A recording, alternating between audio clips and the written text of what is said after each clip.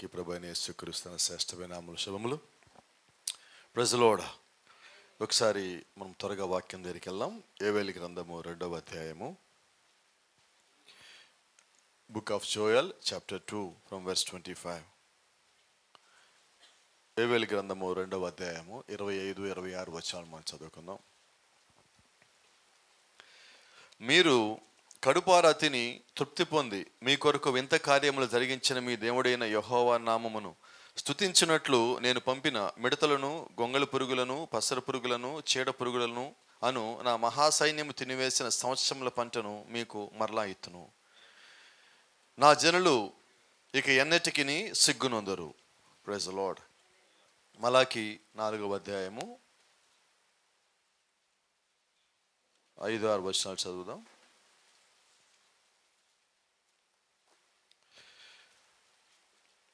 యెహోవా నియమించిన భయంకరమైన ఆ మహాదినపు రాకమునపు నేను ప్రవక్తనగు ఏలియాను మీ వద్దకు పంపుదును.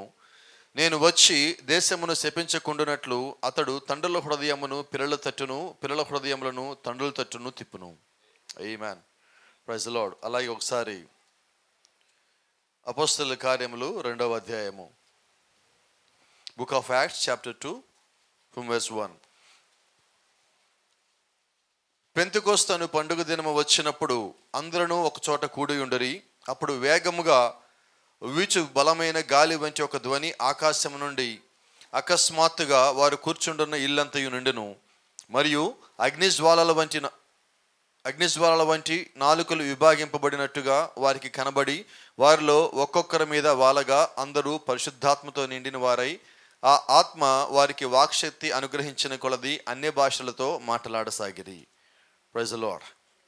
ప్రార్థన చేసుకుందాం. మహాపరిశుద్ధుడా, కృప కలిగిన తండ్రి, దయగల మా ప్రియ పరలోకపు దేవా, యొక్క ఉదయకాల సమయంలో చదవబడిన వాక్యంలోంచి నాతోనూ మాతోనూ స్థూటిగా తేటగా స్పష్టంగా మాట్లాడమని, వినటానికి వచ్చిన ఒక ప్రియ బిడ్డల హృదయాలు సంధించమని, మాకు ఏది కావాలో దయచేయమని, మా మనసులో ప్రభా గొప్ప ఉద్యోగాన్ని తీసుకొచ్చి లోపల ఉన్న వ్యర్థమైన దాన్ని, లోక సంబంధమైన దాన్ని, ఇదిగో ప్రభా భూ సంబంధమైన ఆలోచనల వల్ల మా లోపలికి వచ్చిన దాన్ని ఈ ఉదయకాల సమయంలో విసిరివేసి దాని ద్వారా మీరు మహిమయు ఘనతయు ప్రభావము మా యందు పొందుకొనమని ప్రభు యేసు క్రీస్తు జీవం కలిగిన నామములో ప్రార్థిస్తున్నాము. ఆమేన్. God bless you. Praise the Lord. అందరం కూర్చున్నాం. దేవుని నామానికి మహిమ కలుగును గాక. ఆమేన్. చాలా రోజుల తర్వాత మళ్ళీ మణుగురోని చూస్తా ఉన్నా. దేవుడు మిమ్మల్ని దీవించును గాక. God bless you. అందరూ బాగున్నారు అనుకుంటున్నాను. ఆమేన్. Praise the Lord. కొద్దిగా జాగ్రత్తగా వెళ్దాం. మరి ఇది పొడుగైన వర్తమానం కాదు. ప్రభు కానీ మరి కృపనిస్తే మనం ఎలాగెళ్దాం. Praise the lord.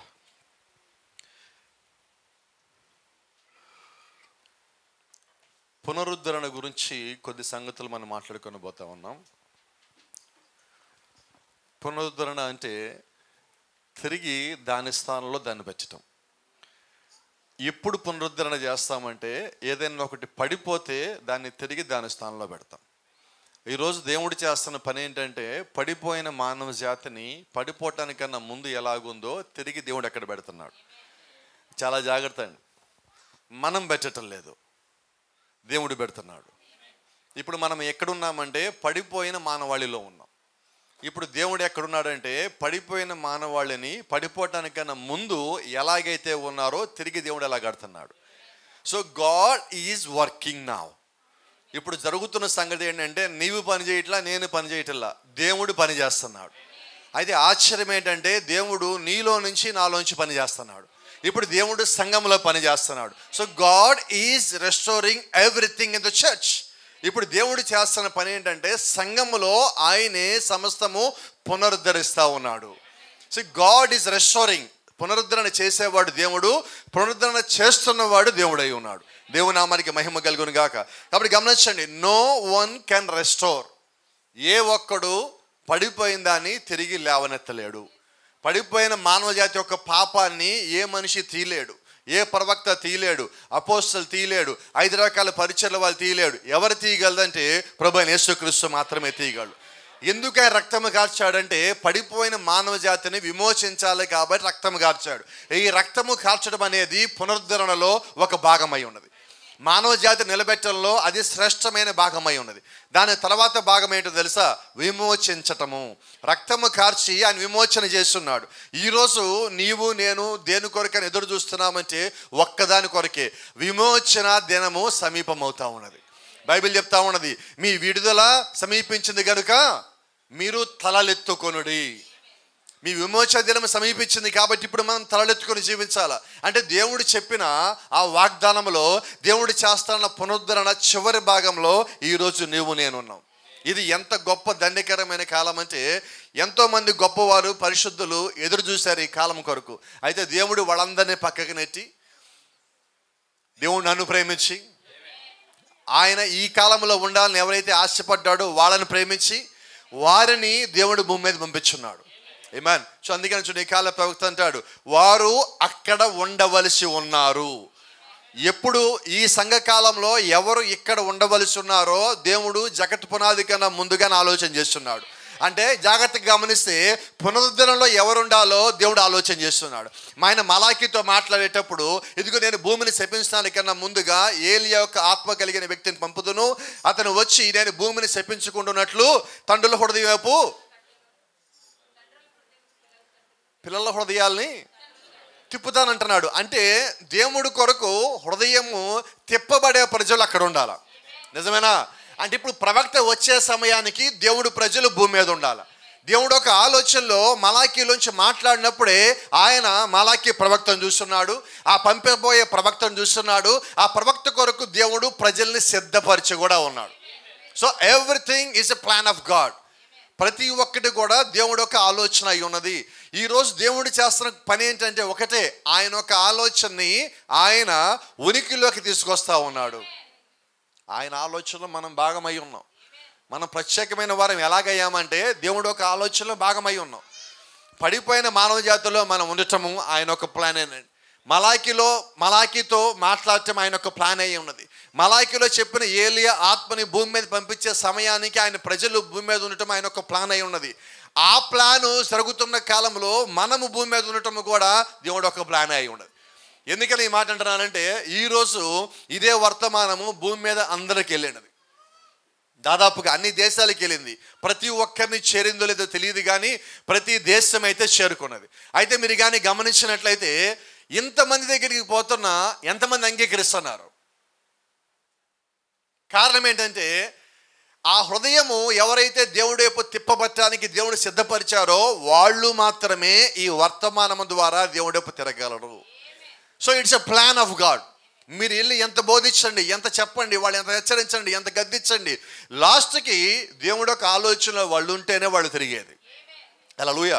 కాబట్టి ఈ వర్తమానము బలమైనది, ఈ వర్తమానము కష్టమైనది. ఇది అంగీకరించడం కష్టమండి.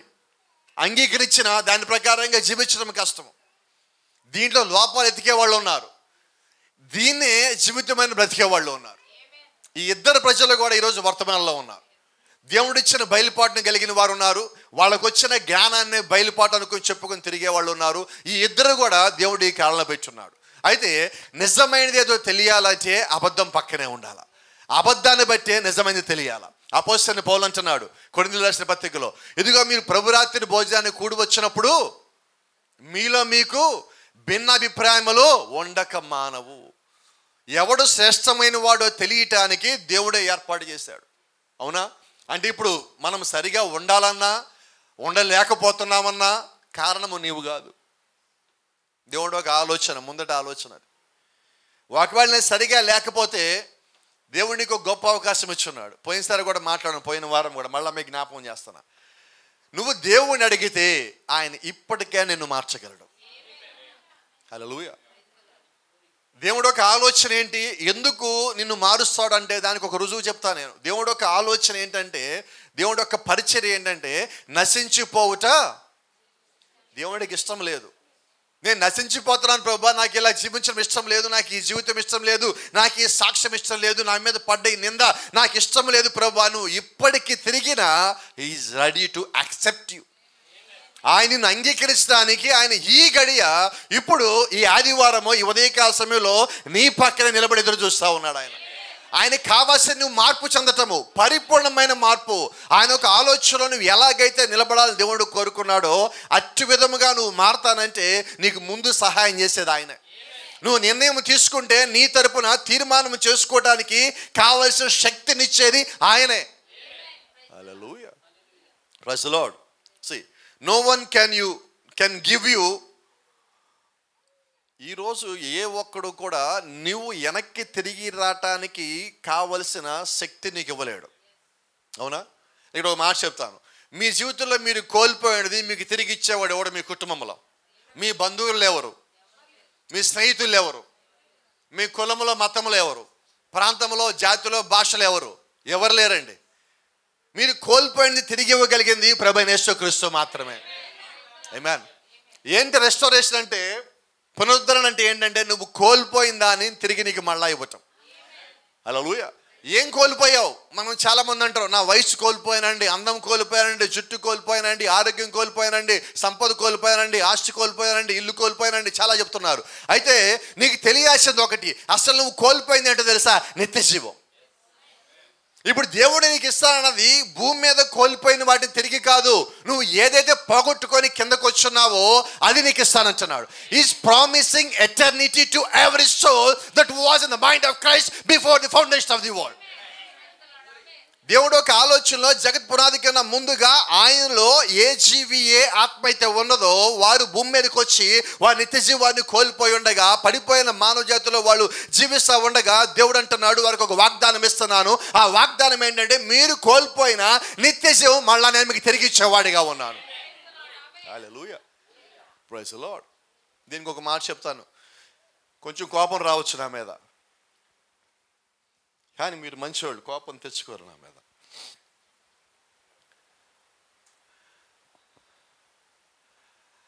దేవుడు నిత్యజీవం రావటానికి, దేవుడు యొక్క నిత్యజీవుల్లోకి మనం రావటానికి కేవలం బాప్తిజం పొందితే సరిపోదు. ఇది కోపం తెప్పించేది. ఏం కావాలా? హృదయ సున్నతి. నీ హృదయము నరకబడాల. లోక కార్యాల్లో నీ హృదయం నరకబడాల. లోకపు ఆలోచనలో నీ హృదయం నరకబడాల. ప్రతి విధమైన దాంట్లో నరకబడాల. బంధువులు స్నేహితుల విషయాలు నరకబడాల. ఇలా నరకబడినప్పుడు మాత్రమే నిత్య జీవానికి నువ్వు ఒక్కొక్క మెట్టు పైకెక్కేవాడు అయి ఉంటావు. పునరుద్ధరణలో నీ యొక్క స్థానంకి నువ్వు రావాలంటే నువ్వు లోకములో ఎదగటం కాదండి, లోకంలో ఎదుగుదల కాదు, వాక్యములో నువ్వు ఎదిగే ఎదుగుదల అయి ఉన్నది. ఆ ఎదుగుదల నేను నిత్య జీవాన్ని నడిపించేదై ఉన్నది. Praise the lord. అప్పుడు ఈరోజు దేవుడు నీ నుంచి ఆశిస్తున్నది ఏంటంటే నువ్వు ఇక్కడ ఏం పొందుకున్నావని దేవుడు చూడటల్లా, నిత్య జీవం రావటానికి నువ్వు ఏం పొందుకుంటున్నావో దేవుడు దాన్ని దీవించేవాడుగా, దాన్ని ఆశీర్వదించేవాడుగా, దాని కొరకు నీకు అన్ని సిద్ధపరిచేవాడుగా ఆయన ఇప్పుడు నీ పక్క నిలబడి ఉన్నాడు. Praise the Lord. అంగీకరిద్దామా? ఆమేన్. See why I'm saying all these things. ఎందుకని ఈ సంగతులను చెప్తున్నానంటే he said he will restore. దేవుడే నేను సమస్తము పునరుద్ధరిస్తానని చెప్పున్నాడు. ఇక్కడ దేవుడు చెప్తే పునరుద్ధరణ కానిది ఏదైనా ఉన్నదా? ఆలోచన చేయండి, ఒకసారి ఆలోచన చేద్దాం. Whatever you lose by the world, by the devil, you will get it back. అపవాది ద్వారా, లోకము ద్వారా నువ్వు ఏదైతే పోగొట్టుకున్నావో అది మొత్తాన్ని దేవునికి తిరిగి ఇచ్చేవాడై ఉన్నాడు. కొద్ది నిమిషాలు ఈ భూమి మీద మనం ఉండగా మనం ఏం కోల్పోతున్నాం? కొన్నిసార్లు కొన్ని ఆలోచనల వల్ల మన సాక్ష్యం కోల్పోతున్నాం. కొన్నిసార్లు కొన్ని ఆలోచనల వల్ల, కొన్ని క్రియల వలన, కొన్ని మాటల వలన దేవుడు మనకిచ్చిన క్రైస్తవుడు అనే గొప్ప పేరుని మనం పోగొట్టుకుంటున్నాం. అవునా కాదు? చిన్న చిన్న స్వార్థాలకి, చిన్న చిన్న పనులకి, చిన్న చిన్న లాభాలకి, చిన్న చిన్న బలహీనతల ద్వారా మనం ఏం చేస్తామంటే దేవుడు ఇచ్చిన గొప్ప ధన్యకరమైన ఆ పేరు, క్రైస్తవుడు అనే పేరు, దాన్ని మనం పోగొట్టుకుంటున్నాం. ఎందుకు నేను పోగొట్టుకున్నామంటే స్వల్పకాలిక అల్పమైన సంగతులకి మనం పడిపోయిన కారణం చేత వీటిని మనం పోగొట్టుకుంటున్నాం. అవునా? ఓ చిన్న మాట మీకు జ్ఞాపం చేస్తా. ఒక వ్యక్తి డ్రింక్ చేస్తాడు అనుకున్నాం, అతనికి ఆ సంతోషం ఎంతసేపు ఉంటుంది? ఆ మత్తు ఎంతసేపు ఉంటుంది? ఈ కొంతసేపటి దానికి అతను ఏం పోగొట్టుకుంటున్నాడు? ఒక వ్యక్తి సిగరెట్ తాగుతున్నాడు పోయి, అతనికి వచ్చే సంతోషం ఎంతసేపు, ఆ ఆనందం ఎంతసేపు, ఆ తల్ల ఎక్కే మత్తు ఎంతసేపు. అతను సిగరెట్ తాగినప్పుడు మెదడులో నరాలు మొత్తం కొద్దిగా వదులుతాయి, ఒక రకమైన మత్తు వచ్చింది. ఎంతసేపు ఉంటుంది? మళ్ళీ అతను పోయి ఇంకో సిగరెట్ తాగాలి. మందు తాగే వ్యక్తి మళ్ళీ పోయి మళ్ళీ మందు తాగాల. ఎంతసేపు పడుతుంది? ఇది ఎంతసేపు ఉంటుంది? కానీ సాక్ష్యం ఏమవుతుంది? బాధ కాదా? దేవుడిని ఎలా సృష్టించాడు? ఈ కాల ప్రవక్త అంటున్నాడు, దేవుడు నిన్ను నాజీరు చేస్తున్నాడు. నాజీరు చేయబట్టబడినట్టు తెలుసా? పుట్టుకతో నీవు నాజీరు చేయబడ్డావు. Being a bride of Christ, నువ్వు వధువుగా క్రీస్తులో ఉన్న కారణం చేత నువ్వు పుట్టుకతో నాజీరు చేయబడ్డావు. పుట్టుకతో నాజీరు చేయబట్టం అంటే అర్థం ఏంటో తెలుసా? సంసోను పుట్టానికన్నా ముందు సంసోను తల్లిదండ్రులతో దేవుడు ఒక దూత ఏం చెప్పున్నాడు? ఇతను నాజీరు చేయబడి ఉన్నాడు, ఇతను మద్యమునైనను ద్రాక్షరసమైనను ముట్టకూడదు. అవునా? ఇప్పుడు నీవు వధువై ఉండి నువ్వు ద్రాక్షరసము కానీ నువ్వు మద్యము కానీ తీసుకున్నట్లయితే మరి ఇప్పుడు నీవేమై ఉన్నట్టు? దేవుడు నిన్ను నాజీరు చేశాడు. ఆ సంగతి నువ్వు నమ్మితే నువ్వు వాటి జోలికి పోలేవు. ఆమేన్. అయినప్పటికీ అపవాది ఏం చేస్తాడు? వాడుకున్న బలము చేత, వాడుకున్న జ్ఞానము చేత, వాడుకున్న శక్తి చేత నిన్ను ఏదో విధముగా దానిలో పడేలాగా చేస్తున్నాడు. వాడు ఎందుకు నిన్ను దానిలో పడేలాగా చేస్తారంటే నువ్వు దేవుడికి కావాలి కాబట్టి. నిజమేనా? ఇలా మాట్లాడుకుందాం. ఇప్పుడు శాంసన్ ఎవరు? దేవుడికి కావాల్సిన వ్యక్తి. దేవుడు ప్రత్యేకంగా స్పెషల్లీ సంసోను తయారు చేసుకున్నాడు. ఎందుకంటే సంసోను గర్భంలోకి రావటానికన్నా ముందుగానే మాట్లాడున్నాడు. ఎలాగ పెంచాలో చెప్పున్నాడు, ఎలాగ జీవించాలో చెప్పున్నాడు. అతని తల మీద మంగళ కత్తి వేయిద్దని దేవుని యొక్క దూత ముందుగానే పలుకున్నాడు. అంటే ఇప్పుడు సంసోను బయటికి వచ్చేసరికి ఎలాగ ఉండాలో దేవుడి దగ్గర మొత్తం ప్లాన్ ఉన్నది. Is that right? మరి ఇప్పుడు సంసోను నాజీరు చేయబడిన వాడైతే నేనంటున్నా, ఈ రోజు నువ్వు వధువై ఉన్నావు, వధువు కూడా నాజీరు చేయబడి ఉంది. అంటే నువ్వు భూమి మీదకి రావటానికన్నా ముందుగానే ఇక్కడ నువ్వు ఎలాగ జీవించాలో దేవుడికి ఒక ఆలోచన ఉన్నది. ఆ ఆలోచన ప్రకారంగా ఈరోజు నీవునే నిలబడవలసి ఉన్నాం. ఈ సంసోను దేవుడికి కావాలని దెయ్యానికి తెలియదా? దెలీలాకి తెలియదా? సంసోను ఏం చేయాలి ఇప్పుడు? చెప్పండి సమాధానం నాకు. ఇఫ్ సంసోన్ నోస్, ఇప్పుడు సంసోనికి ఏం తెలియాలో తెలుసా? నేను దేవుడు కొరకు జన్మించున్నా. గట్టిగా చెప్పొచ్చు. ఇప్పుడు వధువైతే మనకేం తెలియాలా?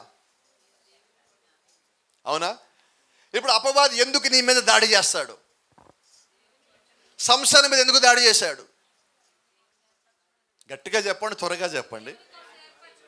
దేవుడి కొరకు ఏర్పరచబడిన వ్యక్తి అని తెలిసే అపవాది వాడి మీద, సంసోను మీద దాడి చేస్తున్నాడు. అవునా? అంటే ఇప్పుడు నీ మీద దాడి ఉంటుందా ఉండదా? ఉంటుంది.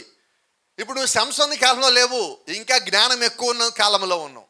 సంసోను కాలంలో చేసే తప్పు అందరికీ తెలిసేది. అవునా? ఇప్పుడు ఎవరికి తెలియకుండా కూడా పాపం చేయొచ్చు. ఎవరి ఇంట్లో వాళ్ళు ఉండి ఒక్కళ్ళే గదిలో ఉండి కూడా పాపం చేయొచ్చు ఈరోజు. అంటే జ్ఞానం ఎలాగ పెరిగిందో పాపం అలాగ పెంచినది. అంటే ఇప్పుడు ఈరోజు నువ్వు ఇంకెంత జాగ్రత్తగా ఉండాలా? ఎంత జాగ్రత్త అంటే పాపానికి ఈరోజు హద్దులు లేకుండా పోయినది. ఇదే సమయంలో పరిశుద్ధాత్మ కూడా కొలత లేకుండా కుమ్మరించబడింది. హల్లెలూయా.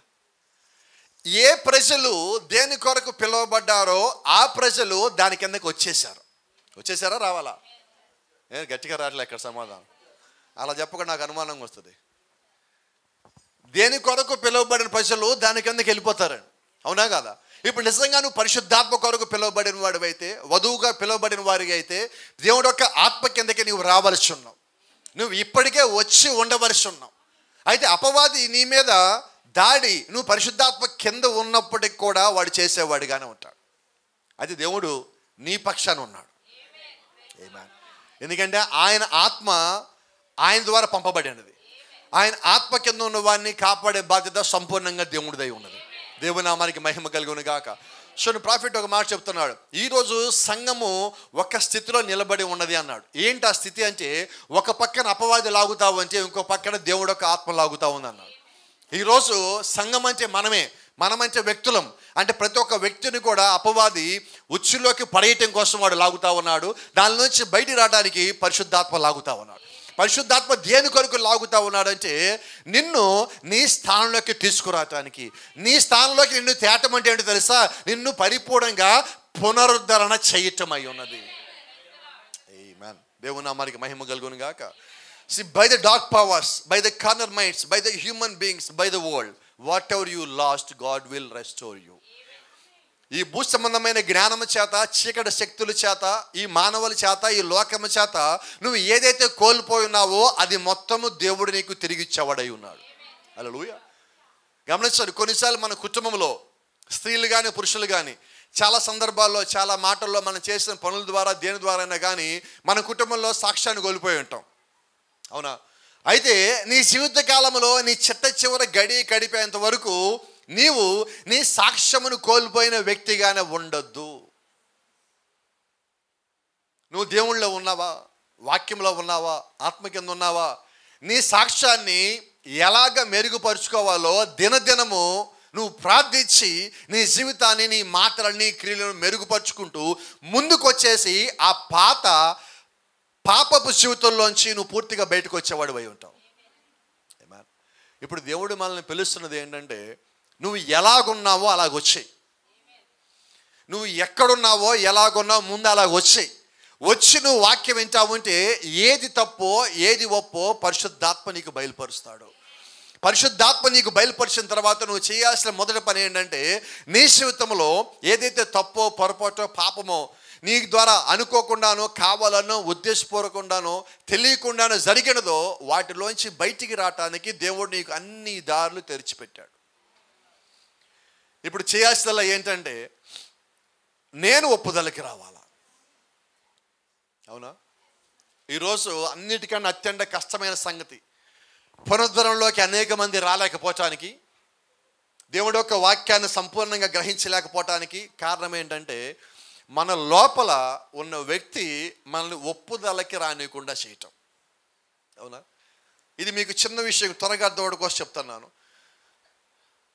భార్యాభర్తల మధ్యలో చిన్న చిన్న గొడవలు అవుతూ ఉంటాయి. ఈ చిన్న చిన్న గొడవలు ఒక్కోసారి త్వరగా సర్దుమణిగిపోతాయి, ఇంకొకసారి చాలా పెద్దవి అవుతాయి. అవునా? 100కి 30-40 సార్లు ఈ గొడవలు పెద్ద అవటానికి కారణము బయట వ్యక్తులు. మూడో వ్యక్తి, అమ్మాయి తరపున వాళ్ళు కావచ్చు, అబ్బాయి తరపున వాళ్ళు కావచ్చు, బంధువులు కావచ్చు, స్నేహితులు కావచ్చు. మరి 60-70% ఈ గొడవలకి కారణం ఏంటంటే నేనంట మీరిద్దరే. ఇద్దరిలో తప్పు ఎవరు చేశారో తప్పు చేసిన వ్యక్తికి తెలీదా? గట్టిగా చెప్పండి, ఎస్సా నోనా? నిజమేనా? మరి తెలిసి నేను తప్పు చేశాను, నన్ను క్షమించు అని చెప్పే స్థితిలో ఈరోజు మనం ఉన్నామా? ఒప్పుదల ఎక్కడ స్టార్ట్ అవ్వాలి? ఇదిగో నా హృదయం దగ్గరే స్టార్ట్ అవ్వాలి. నాకు గద్దింపు ఎక్కడ? ఇక్కడి నుంచే. నాకు తీర్పు ఎక్కడ? ఇక్కడి నుంచే. అంటే నా వరకు దేవుడు అన్ని సిద్ధం చేసి పెట్టాడు, నేను ఇక్కడి నుంచే ఒప్పుదల కలిగి ఉండాలి. చాలాసార్లు ఈరోజు మనం మాట్లాడుతున్నాం, ఇళ్లలో గొడవ జరిగినప్పుడు కానీ, సంఘంలో గొడవ జరిగినప్పుడు కానీ, ఇతరుల మధ్యలో అభిప్రాయ భేదాలు వచ్చినప్పుడు కానీ, ఈరోజు మన నోటి చివర ఒక పదం ఉన్నది. ఏంటది? గట్టిగా చెప్పండి. సారీ. ఏంటా సారీ? హృదయంలో ఎంత మాత్రము ఒప్పుదల లేని సారీ ఒకటి ముఖం మీద పడేస్తున్నాం. దానివల్ల ఏంటి ప్రయోజనం? ఆశ్చర్యం చెప్పనా? ఎదుటోడిని నేను క్షమించవచ్చాము కానీ నువ్వు లోపల ఒప్పుదల కలిగి లేవు కాబట్టి ఆ క్షమాపణకి పనిచేయదు. కాబట్టి ఏం చేద్దాం ఈ ఉదయం? నేను ఎప్పుడు అంటాను, ఎదుటోడికి సారీ చెప్పడం అంటే నువ్వు లోపల చచ్చిపోవటం. నువ్వు లోపల చచ్చిపోతేనే సారీ చెప్పగలవు మనస్ఫూర్తిగా. ఈరోజు సారీ ఎలా ఉండదంటే వ్యక్తి ఇటుపక్క ఉంటే తప్పు చేసిన వ్యక్తి ముఖం చూడకుండా పక్కకు చూసి సారీ చెప్తున్నాం అంటే ఇది క్షమించమని అడిగినట్టేనా? రెండోది, ఇంట్లో పిల్లలు గొడవ పడ్డారు, పెద్దోళ్ళు ఇద్దరిని కూర్చోబెడతారు, ఏ సారీ చెప్పురా అంటారు. వాళ్ళు ఏమంటారు? పెద్దోళ్ళు చిన్నోళ్ళకి సారీ చెప్తే ఎలాగుంటుంది? సారీ ఉందదంటో సారీ ఎందుకని లేదు? వాళ్ళు లోపల ఒప్పుదల కలిగి లేరండి. ఈరోజు అదే జరుగుతూ ఉంది. సాయంకాలం ప్రభురాత్రి జరుగుతూ ఉంటుంది. ఇప్పుడు దేవుడికి మనం సారీ ఎలాగే చెప్తాం? ఎస్సానోనా? ప్రభువా నేను తప్పు చేశాను, నేను క్షమించు. ఎలా? పశ్చాత్తాపం లేదు, దుఃఖం లేదు, ఆ ప్రాయశ్చిత్తాన్ని తాకడానికి కావాల్సిన శక్తి బలం లోపల లేదు, అంగీకారం లేదు. నీ లోపలికి దేవుడు ఒక ఆత్మ వచ్చినప్పుడు అదే ఒప్పుదల ఎలాగుంటుందంటే నీ నోట్లోంచి సారీ బయటికి రాదు. నీ పెదవుల్లోంచి క్షమించన్న పదం బయటికి రాదు. నీ హృదయం బద్దలవుతూ ఉంటుంది, నీ హృదయం తెరవబడతా ఉంటుంది, లోపల ప్రవాహంలాగా కన్నీరు గారుతూ ఉంటుంది. బయటికి చుక్క కనపడకపోవచ్చు, హృదయం బద్దలవుతూ ఉంటుంది. విరిగి నలిగిన హృదయం అంటే పశ్చాత్తాపాన్ని కోరుకునే హృదయం అయి ఉన్నది. ఏమా ఒక మాట చెప్తాను. దలీలా ఒళ్ళో పడుకున్నప్పుడు సంసోను ఎలాగున్నాడు? చాలా సంతోషంగా ఉన్నాడు. ఎంత సంతోషంగా ఉన్నాడంటే తన చావుకి ప్రణాళిక తానే చెప్తున్నాడు, అవునా? కానీ శాంసన్కి గుండు చేసిన తర్వాత, కళ్ళు పోయిన తర్వాత తిరగలిసేటప్పుడు ఇప్పుడు శాంసన్ దగ్గరికి పశ్చాత్తాపం వచ్చింది, కన్నీరు వచ్చింది, బాధ వచ్చింది. దేవుని ఏమడుగుతున్నాడు? ఎలా అడిగాడండి? అడిగాడా ఒక్కసారని? అలా అడగలా నాకు తెలిసి. ఎలాగ అడిగాడంటే దేవుడు అతనికి ఒక్క అవకాశం ఇచ్చేలాగా అడిగాడండి. ఇప్పుడు శాంసన్ దగ్గరికి ఒకరు కాదు 100 మంది దలీలాలు వచ్చినా అటు పక్కకు పోడు. అర్థమవుతుందా? అంటే నిజంగా నువ్వు మారితే లోకము నీ మీద ఎంత పని చేసినా 3000 మందే నీ మీద పడ్డా కూడా నువ్వు వాళ్ళ జోలికి పాడైపోవు. హల్లెలూయా. నీ హృదయము పునరుద్ధరణ చేయబడాలా? ఈరోజు నీ మాటలు పునరుద్ధరణ చేయబడాలా, నీ ఆలోచనలు పునరుద్ధరణ చేయబడాలా, నువ్వు చూసే ప్రతి ఒక్కటి కూడా పునరుద్ధరణ చేయబడాలా. అది ఎప్పుడు సాధ్యమవుద్దంటే నువ్వు మొట్టమొదటి ఒప్పుదల కలిగినప్పుడు. పునరుద్ధరణలో ఒక వ్యక్తి పరిపూర్ణమైన స్థితికి రావాలంటే అతను కలిగి ఉండాల్సింది ప్రాథమికమైన సంగతి, గొప్ప సంగతి ఏంటంటే ఒప్పుదల కలిగి ఉండటం. ఆమేన్. రెండోది దేవుడికి కావాల్సింది ముఖ్యమైనది యథార్థత. అవునా? గట్టిగా చెప్పండి. ఈరోజు ఆమె తేలేదు ఎవరు? ఈరోజు చాలామంది మనం స్త్రీలు కానీ పురుషులు కానీ కొద్దిమంది డబ్బులు ఏం చేసావంటే సమాధానం ఏం చెప్తారు? డబ్బులు ఏమైనాయి? భార్య భర్త అనుకున్నాం కొద్దిసేపు, త్వరగా అర్థం అవుతుంది ఎలాగైతే మనకి. డబ్బులు ఏమైనాయి? 2 ఉంటాయి ఇక్కడ సమాధానాలు. నీకెందుకు? నేను సంపాదించా, నా ఇష్టం. ఎస్సా నోనా? ఎక్కడ గట్టిగా రావట్లేదు. ఖర్చు పెట్టావు, అయిపోయినాయి. ఏమైపోయినాయి? అయిపోయినాయి. ఏమైనాయి? అయిపోయినాయి అంతే. అన్నీ చెప్పాలా నీకు? ఎప్పుడైతే అన్నీ చెప్పాలా నీకు, అయిపోయినాయి అని సమాధానం వస్తున్నదో నేను అంటాను అక్కడ ఏదో తేడా ఉంది. ఎస్సా నోనా? పరిపూర్ణమైన ఎస్సేనా, అసంపూర్ణమైన ఎస్సా? పరిపూర్ణమైన ఎస్సు. ఎందుకనంటే నువ్వు లెక్క చెప్పడానికి ఆలోచిస్తున్నావంటే అది వాడకూడనట్టు వాడినట్టు. అవునా? ఎస్సా నోనా? అంటే అప్పుడే నీ హృదయం ఏమైనట్టు? పక్కకి తొలగినది. ఇలా మాట్లాడుకుందాం. భార్య భర్తలు అంటే ఇద్దరా ఒక్కళ్ళ? అందరూ భార్య భర్త చర్చిలో ఉన్నారు. ఎవరు గట్టిగా రావట్లేదండి, ఏదో తేడా కొడుతుంది నాకు కూడా. ఏమో చెప్పరా ఇప్పుడు? కానీ ఎవరు బ్రదర్స్ మీరు కూడా ఎవరు చెప్పరా? ఏ బలంగా ధైర్యంగా ఇష్టంగాను సంతోషంగాను ఆనందంగాను పెళ్లి ప్రమాణాలు చేసినప్పుడు భార్య కళ్ళలో చూస్తే ఇప్పుడు చెప్పేటప్పుడు ఉన్నంత ఆనందం ఇప్పుడు కనబట్టలేదండి అంటాను. ఇప్పటికి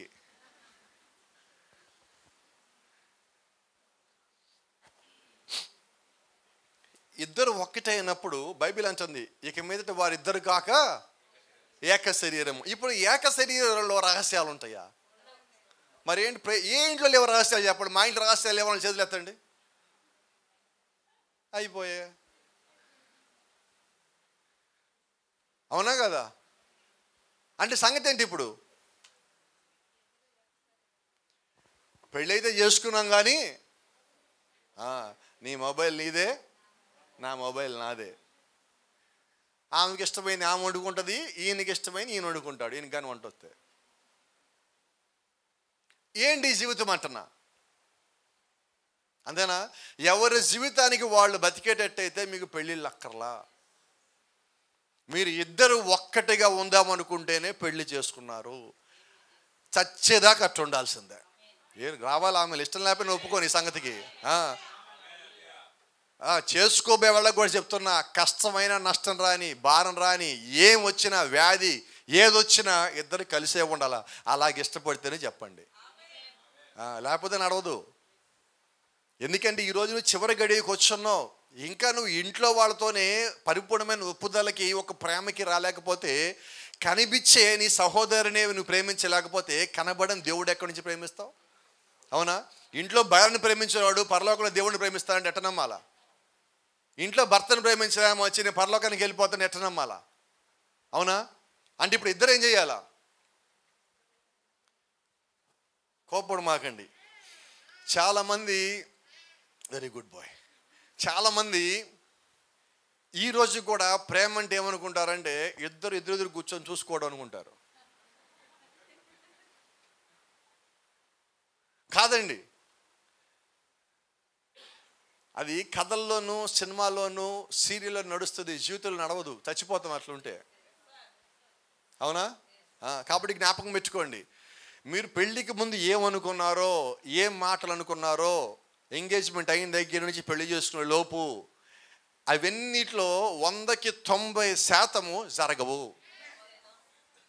జరగవు. 10% అయితే మీరు ధన్యులు పోండి. అయితే ఒక సంగతి చెప్తా, దేవుడు నీ గురించి అనుకున్న దాంట్లో పొల్లు కూడా పోదు.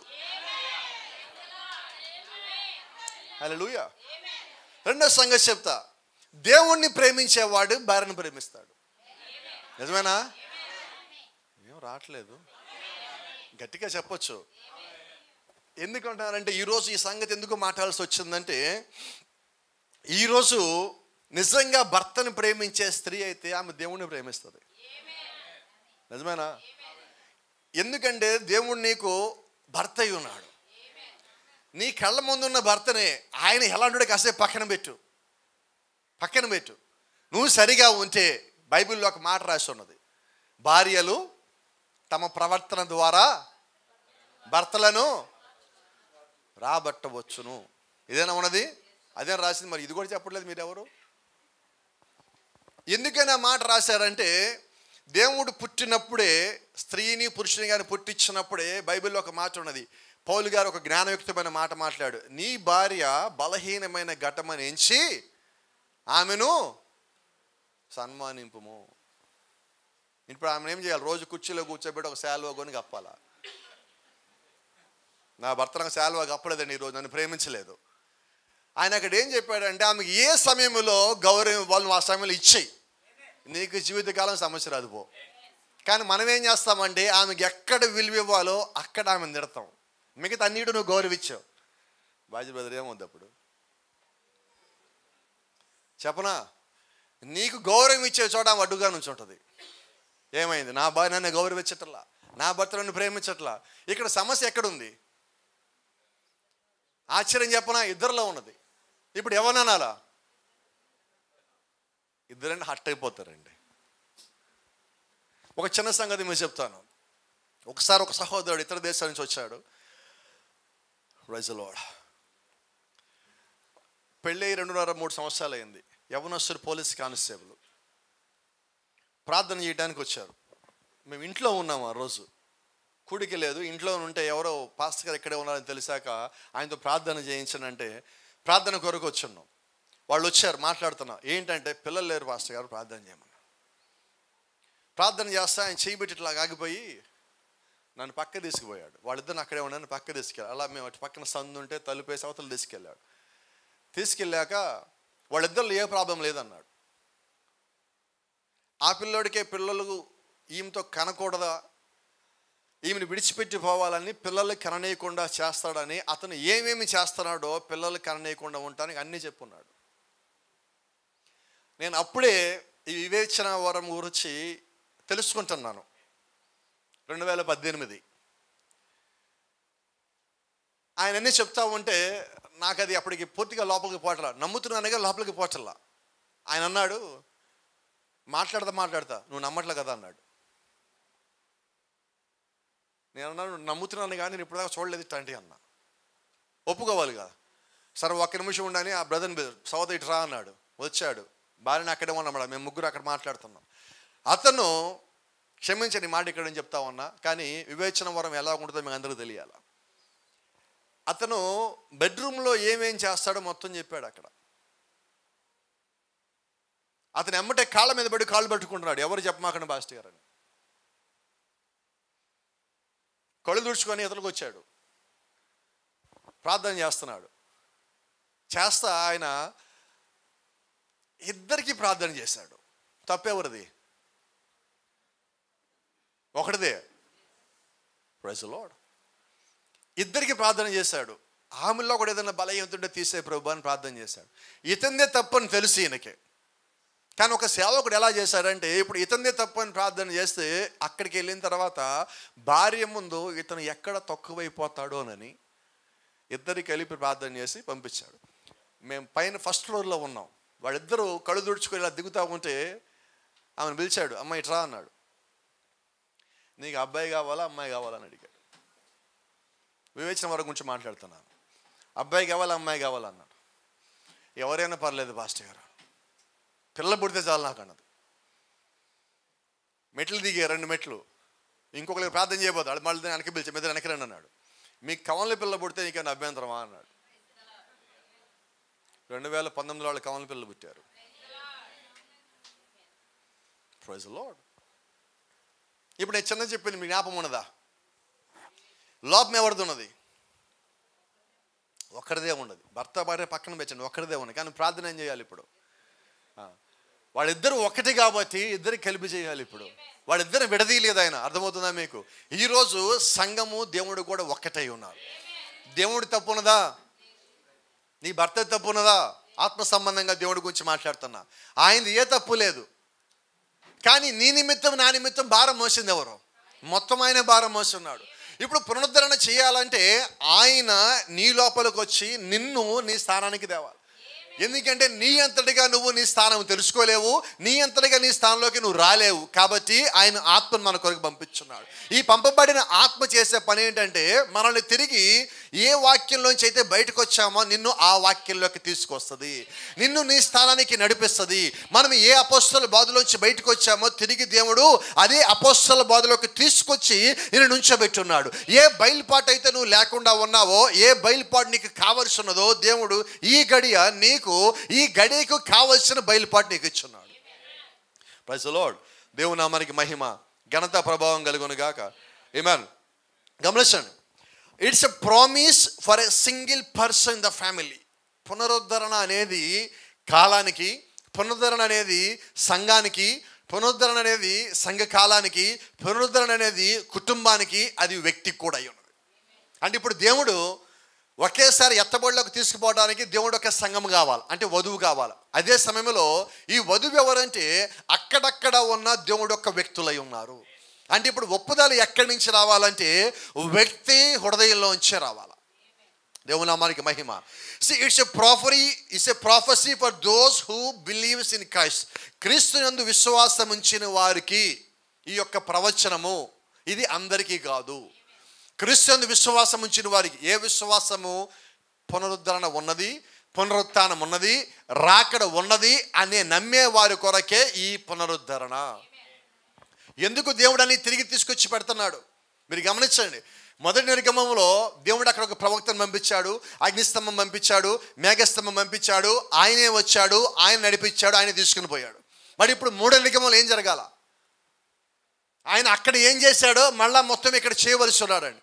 ఇక్కడికి ఒక ప్రవక్తను పంపించాలా, అగ్నిస్తంభం పంపించాలా, మేఘస్తంభం పంపించాలా, ఆయనే అందరినీ తీసుకొని పైకి పోవాలా. ఆమేన్. కాబట్టి ముందు ప్రవక్తను పంపించాడు, చివరి ముగింపు ఆయన వచ్చి తీసుకొని పోవాలా. ఈ దినము దేవుడు మళ్ళా తిరిగి అదే చేస్తున్నాడు. దేవుడు కొత్త పని ఒక్కడి చేయటం లేదండి.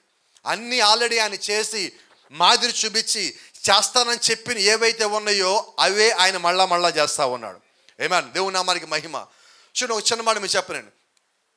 In this end time church age, ఈ యొక్క అంత్యకాల సంఘకాలంలో మనం ఉన్నాం. ఈ అంత్యకాల సంఘకాలంలో దేవుడు నీలో ఉన్న సమస్తాన్ని ఆయన మార్చేవాడిగా ఉన్నాడు. హల్లెలూయా. ఒక చిన్న మాట, దేవుడు ఒక వాక్యము నీ వద్దకు వచ్చినప్పుడు నేను మొత్తం మారిపోయి నువ్వు చెప్పలేవు. ఎలాగ అనిపిస్తే చెప్పనా?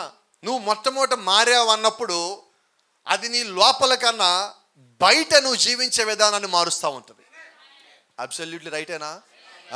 మొట్టమొదటి చెప్దాం, నువ్వు నిజంగా వాక్యాన్ని నమ్మిన వ్యక్తివి అయితే, నువ్వు దేవుళ్ళో ఉన్న వ్యక్తివి అయితే రుజువు ఏంటంటే నువ్వు ధరించే వస్త్రాలే. ఎందుకు నేను ధరించే వస్త్రాలు అంటే, నా శరీరము కప్పుకోమని దేవుడు నన్ను ఆది కాండంలో ఏదైనా తోటలోంచి అక్కడి నుంచి బయట పంపించాడు. నిజమేనా? ఇప్పుడు దేవుడు ఏం చేస్తారంటే ఆయన వస్త్రములు కుట్టించి ఇచ్చి పంపించున్నాడు. కారణం ఏంటంటే నీ శరీరము కనబడటానికి వీలు లేదు. దేని ద్వారా పాపము జరపబడినదో, దేని ద్వారా పాపం జరిగినదో ఆ పాప సహితమైన శరీరాన్ని దేవుడు వస్త్రముతో కప్పమన్నాడు. అవునా? ఇప్పుడు బయటకు వచ్చిన వధువు అంటే ఆ కాలంలో అవ్వ, ఈ కాలంలో వధువు. ఈ వధువు ఇప్పుడు ఎలాగుంటుందంటే పునరుద్ధరణ అన్నప్పుడు దేవుడు ఆమెకి ఏవైతే వస్త్రములు ఇచ్చున్నాడో ఈమె తిరిగి అలాగే తయారవుతుంది. ఇప్పుడు ఈమె ఏమవుద్దంటే లోకానికి ఈమె రోల్ మోడల్ అవుతుంది. ఈమె ఫ్యాషన్ క్వీన్ అవ్వదండి, రోల్ మోడల్ అవుతుంది. హల్లెలూయా. ఈమెని అనేక మంది వెంబడించేలాగా ఆమె చేస్తుంది. ఎందుకంటే ఎలాగా ఆత్మ సంబంధమైన కార్యములు ఆమె ఎలాగ చేసిందో అలాగా ఇతరులు చేసేలాగా ఆమె యొక్క జీవితంలో ఆమె ప్రేరేపించేదిగా ఉంటుంది. Praise the lord. దేవుని నామానికి మహిమ కలుగును గాక. Let me tell you, he will change your dress, he will change your hair style. దేవుడు ప్రతి చిన్న దాని గురించి ఆలోచించే దేవుడై ఉన్నాడు. అవునా? ఇలా మాట్లాడుకుందాం. సంసోను యొక్క తల్లిదండ్రులతో దేవుని యొక్క దూత చెప్పిన మాటలు ఒక్కసారి నాకు జ్ఞాపకం చేయగలరా? అతని తల మీద మంగలి కత్తేయద్దు అంటే, ఇప్పుడు ఇతని తల వెంట్రుకలు కూడా ఎలాగుండాలో దేవుడు డిసైడ్ చేశాడు. Praise the lord. ఇప్పుడు మరి మన తల వెంట్రుకల సంగతి ఏంటి? డిసైడెడ్. ఎందుకంటే సంసోను దేవుళ్ళో ఉన్న వ్యక్తి, నాజీరు చేయబడ్డ వ్యక్తి. ఈరోజు మనము దేవుళ్ళో ఉన్న వ్యక్తులమైతే మనము నాజీరు చేయబడిన వాళ్ళమే ఆత్మ సంబంధముగా. ఇప్పుడు కొద్ది కోపం వచ్చే అంశం నా దగ్గర ఉన్నది. ఎంత బలంగా నన్ను చూసినప్పటికీ, ఇంకొద్దిగా వేడి లోపల పెరిగినప్పటికీ ఈ సంగతి మాత్రం నేను చెప్తాను. తరచుగా చెప్తా ఉంటాను, ఇది అవసరం. ఎందుకంటే సంఘంలో కొత్తోళ్ళు పాతోళ్ళు వస్తూ ఉంటారు, పోతూ ఉంటారు, బయటికి వెళ్ళా కొద్ది మన మీద పనిచేస్తాను. కాబట్టి తరచుగా చెప్తూ ఉండాలి. 11వ అధ్యాయము 1 కొరింథీయుల అపోస్తలుడు పౌలు మాట్లాడుతున్నాడు. స్త్రీకి తల వెంట్రుకలు పెంచుకొనుట ఘనము. ఇంగ్లీష్లో ఏముండదంటే గ్లోరీ అని ఉండదు. తల వెంట్రుకలు పెంచుకున్నట్టు ఆమెకు మహిమ. ఇప్పుడు మాట్లాడుకుందాము కొద్దిసేపు. చాలామంది స్త్రీలు తల వెనకాల వెంట్రుకలు ఒకేపు కొంచెం పొడుగ్గాను, ఒకేపు కొంచెం పొట్టిగా అని ఏం చేస్తూ ఉంటారు? ఏం చేస్తారమ్మా? గట్టిగా రావట్లే ఎక్కడి నుంచి కూడా. ఎందుకని? కొంతమందికి ఏమో గీత కొట్టినట్టు స్కేల్ పెట్టి గీత కొట్టి ఇలాగ ఉండాలని. ఏం చేశారు ఇప్పుడు వీళ్ళు? ఏం కట్ చేశారు? ఎవరిచ్చింది? ఏం వద్దన్నావు? ఏం పోగొట్టుకున్నావు? ఏం చేద్దామని? ఎక్కడికి పోదామని? కోపడమాకండి నా మీద. కోపడ్డా నేనేం చేయలేను. మీరందరంటే నాకు ఇష్టం, మీరు పరలోకి రావాలని కోరుకుంటున్నాను నేను. కాబట్టి మిమ్మల్ని ప్రేమించి మాట చెప్తున్నా. ఏం చేద్దాం ఇక నుంచి? ఒక మాట, 4 గంటలు ఇటు పెరిగినాయి అనుకోండి, ఏం పోయింది? ఏమైందంటారా? మీ ఎత్తు తగ్గిందా? మీ బరువు తగ్గిందా? మీ అందం తగ్గిందా? ఆశ తగ్గిందా? మీ పరలోకం తగ్గిందా? కానీ కట్ చేసుకుంటే పరలోకం పోతుంది, జాగ్రత్త. కాబట్టి ఏం చేద్దాం ఇక నుంచి? రాదు సమాధానం ఎక్కడ? అమ్మో పాస్టర్ గారు, ఆ ఎండకన్నా లోపల ఎక్కువ ఉన్నది. ఏం చేద్దామమ్మా అంటే మనకి తెలియక మనం ఏం చేస్తామంటే, నా పక్కింటి వాళ్ళు మెచ్చుకోవాలా, వాళ్ళు పరలోకం రారు. నిన్ను జుట్టు కట్ చేసుకోమని చెప్తే వాళ్ళు పరలోకం వస్తారు, రారు. వాళ్ళ కోసం నువ్వెందుకు పోగొట్టుకోవాలా? ఏమైనా పోగొట్టుకో, పరలోకం పోగొట్టుకో. నిజమేనా? నువ్వు ఎక్కడికైనా వెళ్ళు, పాతాళం మాత్రం పోవద్దు. అదేనా? కాబట్టి ఈరోజు ఏం చేద్దామంటే పెద్ద ఆలోచించేస్తున్నావు. 7 ముద్రలు, మర్మాలు, వచ్చాడా రాలేదా, రాకడైందా రాలేదు, తలరాయి వచ్చేది, ఎంత ఆలోచిస్తున్నావు? తల వెంట్రుకలు సరిగ్గా ఉన్నాయా లేవా? కొంతమందికి పొడిగేదని కట్ చేస్తున్నారు. మాలాంటి వాళ్ళు బాధ ఆలోచించండి అమ్మ. అవసరం మమ్మల్ని చూస్తే మీకు సంతోషంగా అనిపించట్లేదా?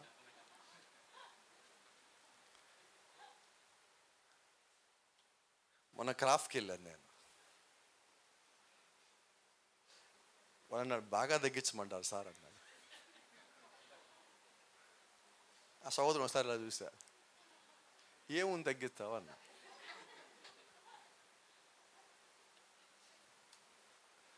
ఒకవేళ దేవుడే కానీ పురుషులు మీరు ఎంటుకలు కట్ చేసుకోవద్దంటే మోకాళ్ళ దాకా పెంచేవాడి నేను. ఎన్నున్నాయి లెక్క కాదు నాకు. నన్ను ఎవడేమో నాకు సంబంధమే లేదు నాకు. ఏమ్మా అని ప్రైజ్ ది లార్డ్. అంటే వాక్యం ఒకటి సెలవిస్తే దానికి కట్టుబడే వాళ్ళే వధువు. నా ఉద్దేశం అది.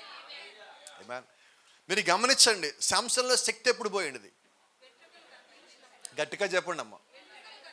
ఇప్పుడు చిన్న సందర్భం వచ్చింది, నాకు అవకాశం వచ్చిందని చెప్పనివ్వండి. చాలామంది చిన్నపిల్లలకి 2వ సంవత్సరం రాగానే 3వ సంవత్సరం రాగానే ఏమంటారు? రైట్, గట్టిగా చెప్పండి. ఏమంటారు? పుట్టెంటికలు ఏం తీయాలా?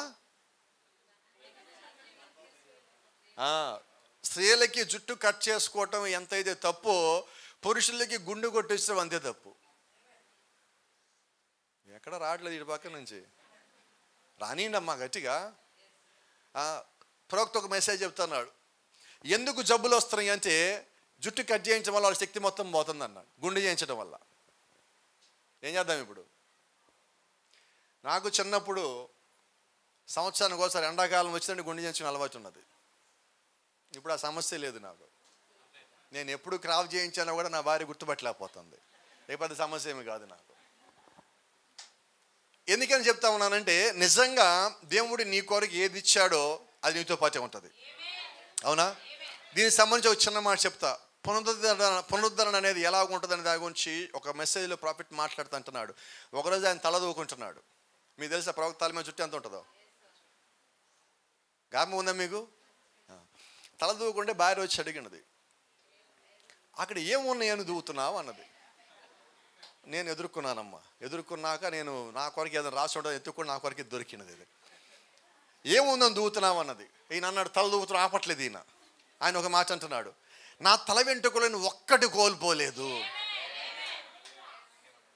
ఆమె అప్పటికి స్వెటర్ కొడతా ఉండేది. స్వెటర్ పక్కన ఇసిరేసింది, గబగబ లేచి దగ్గరికి వచ్చేది. బెలే నిజం చెప్పు, నీ తల వెంట్రుకలు నువ్వు ఒక్కటి కోల్పోలేదావు కదా, ప్రార్థన చేసి ఇప్పుడంటే ఇప్పుడే ఎక్కడనే నా చెప్పన్నది. ఆయన అన్నాడు, ఖచ్చితంగా చెప్తాను, అది నా తల మీదకి రావటానికన్నా ముందు ఎక్కడున్నాయో ఇప్పుడు అక్కడే ఉన్నాయి అన్నాడు. చాలా జాగ్రత్త. ఇప్పుడు ఈయన పునరుత్థానంలో లేచిన తర్వాత, రాకడ వచ్చిన తర్వాత ఆయన తల వెంట్రుకలో ఉన్నాయి ఆయన పొందుకోడా? అవునా? అంటే నువ్వు భూ సంబంధంగా కోల్పోయిన తల మీద వెంట్రుక సహితము నువ్వు మళ్ళా పొందుకునే ఏర్పాటు దేవుడు చేస్తున్నాడు. చాలా జాగ్రత్త. తల వెంట్రుకలు కత్తిరిస్తుంది. ఇంకా అది పెరిగితే పెరగనియండి, పెరగకపోతే పెరగనియండి, అది వదిలేసేయండి. అది ఏది ఏమైనా ఇక నీకు దానికి సంబంధం లేదు. నీ శరీరంలో తల వెంట్రుకలు పెరగటానికి దేవుడు అవును అని చెప్పాక నీ జీవితం అంతా అవునే. ఇక కాదు అన్నది లేదు, లేదన్నది లేదు, నో లేదు. నోకి నో చెప్పండి ఇక అంతే. ఇక నేను నా జీవితంలో తల మీదకి కత్తిరబోదు. ఇంకొకటమ్మా, అందరూ దాదాపుగా 30-40 వస్తారు. 30 15 కూడా వస్తున్నాయి తల్లి వెంట్రుకల్లో. ఏం చేస్తారు? అద్దం ముందు నుంచుంటారా?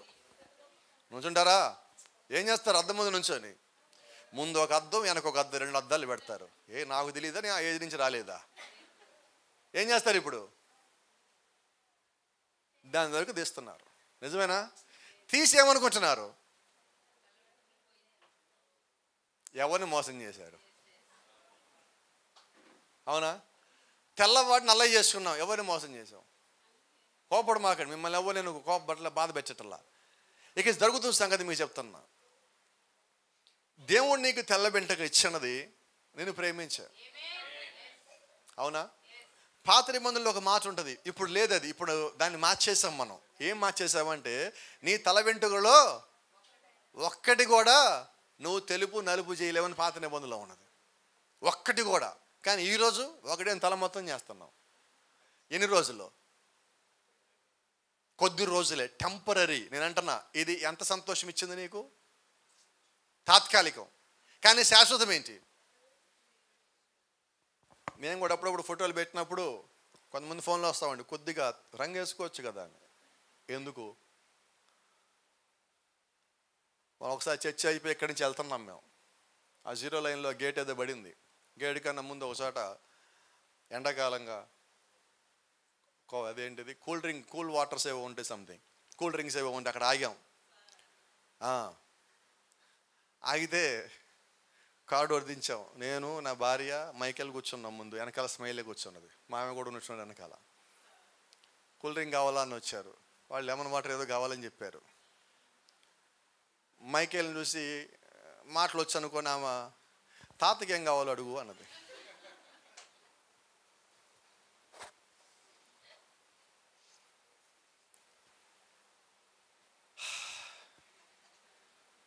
ఎవరికి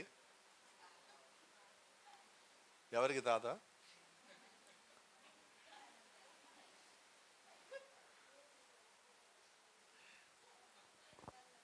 అయితే మామూలుగా అయితే మనసుకి గాయం అవ్వాలా. ఇప్పుడు ఆడపిల్లల్ని ఆంటీ అంటే తట్టుకోలేక ఇళ్ళకి ఏడుస్తున్నారు. మరి నా కొడుకు నన్ను తాత నేను ఎంత గాయం అవ్వాలి నా మనసుకి. నేను అనుకున్నా, అబ్రహామా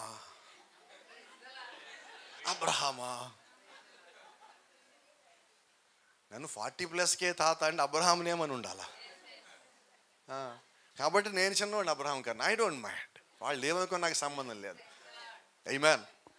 నాకు దేవుడు ఇచ్చాడు. ఆమేన్. తల వెంట్రుకలు తెల్లబట్టం అనేది దేవుడిచ్చిన సొగసైన వెండి కిరీటం, మామూలు కిరీటం కాదు. ఆమేన్. ఆయన ఇచ్చే జీవ కిరీటం తీసుకుంటాము, ప్రతి సంవత్సరం ఇచ్చే నూతన సంవత్సరం దయా కిరీటం తీసుకుంటాము. సొగసైన ఈ కిరీటం తీసుకోవద్దా? నేను రెడీ అండి. రెడీనా? ధైర్యం ఉంటే చెప్పండి, లేకపోతే వద్దు. ఎందుకని అన్నానంటే, ఇక్కడ నువ్వు ఏదైతే కోల్పోయావో సమస్తము తిరిగి మళ్ళీ పైన పొందుకుంటావు. Everything whatever you lost here you will get it back because of the grace of God. Amen. Because of the love of God, because of the blood of Jesus Christ. యేసుక్రీస్తు యొక్క రక్తం వలన, ఆయన యొక్క ప్రేమ వలన, ఆయన యొక్క కృప వలన నువ్వు సమస్తాన్ని తిరిగి పైన పొందుకునేవాడిగా ఉన్నావు.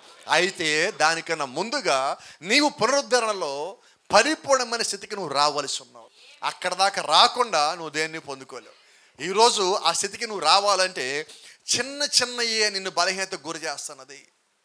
మనం మాట్లాడుకున్నాం, ఒక వ్యక్తి తాగినప్పుడు 1 గంట, 4 గంటలు, 6 గంటలు ఆ వ్యక్తి ఒక వాంతి చేసుకున్న తర్వాత అతని నోట్ల నుంచి వచ్చే మొట్టమొదటి మాట ఏంటో తెలుసా? గట్టిగా చెప్పండి, ఛీ ఇక నేను జీవితంలో తాగను. ఆ నిర్ణయం కరెక్ట్ అతను తీసుకున్నది. కానీ మన్నాడు ఆ సమయం వచ్చేసరికి మళ్ళీ అపవాది ఆకర్షిస్తుంది. అంటే అపవాది నువ్వు నిర్ణయం తీసుకున్నా నేను విడిచిపెట్టడు. అయితే ఈ నిర్ణయానికి నీకు ప్రార్థన కావాలి. ఆమేన్. నువ్వు నిర్ణయం తీసుకోవడం కరెక్టే. ఎందుకు నువ్వు దాని మీద విజయం సాధించలేకపోతున్నావు అంటే ప్రవక్త అంటాడు, ఎందుకని క్రైస్తవుడు ఇప్పుడు ఒక విజయం సాధించిన తర్వాత ఎక్కువ కాలము దాని లోపల నిలబడలేకపోతున్నాడు అంటే సరైన ప్రార్థన సపోర్ట్ లేక. ఈరోజు మన జీవితంలో ఎన్ని మంచి నిర్ణయాలు తీసుకోవటల్లా, ఎన్ని బలమైన నిర్ణయాలు తీసుకోవటల్లా, ఎన్ని బలమైన మాటల లోపల అనుకోవటల్లా, అన్నీ చేయగలుగుతున్నామా? కొద్ది కాలం చేస్తున్నాము, 1 వారం చేస్తాము, నెల చేస్తాము, ఇంకా మనం తట్టుకోగలిగితే 2 నెలలు 3 నెలలు చేస్తాం. ఆ తర్వాత ఇంక ఎంతకాలం ఉంటాములే అని మనకి మనమే రాజీ పడుతూ తిరిగి వెనకబోతున్నాం. అంటే పాత జీవితంలోకి మళ్ళీ మనం తిరిగి వస్తున్నాం. అయితే ఒకవేళ నువ్వు వెనకగా రావాల్సి వస్తే ఎక్కడి దాకా రావాలంటే దేవుడు ఒక ఆలోచనలో ఉన్నప్పుడు నువ్వు ఎలాగున్నావో అక్కడి దాకా రావాలి.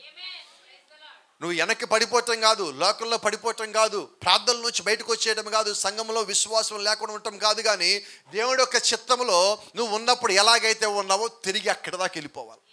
ఈరోజు దేవుడు పునరుద్ధరణ ఇస్తున్నది ఏంటో తెలుసా? ఆయన చేసే పునరుద్ధరణ ఏంటో తెలుసా? ఆయన ఒక ఆలోచనలో నువ్వు మొట్టమొదటిగా వచ్చావు.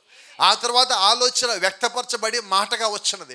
ఆ మాట శరీరం అయినది. అంటే నువ్వు మొదటగా ఏమై ఉన్నావంటే ఆయన ఒక ఆలోచన అయి ఉన్నావు.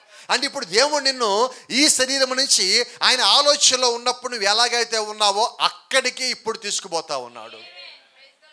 ఆమేన్.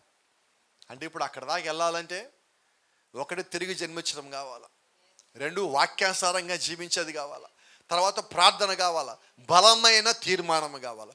తీర్మానాలు వేరు, బలమైన తీర్మానాలు వేరు. నువ్వు ప్రార్థనాపూర్వకంగా ఉండి నువ్వు ఒక నిర్ణయం తీసుకుంటే దానికి కట్టుబడి ఉండగలవు. ఆవేశంలో మనకు ఒక ఆవేశం ఉన్నది.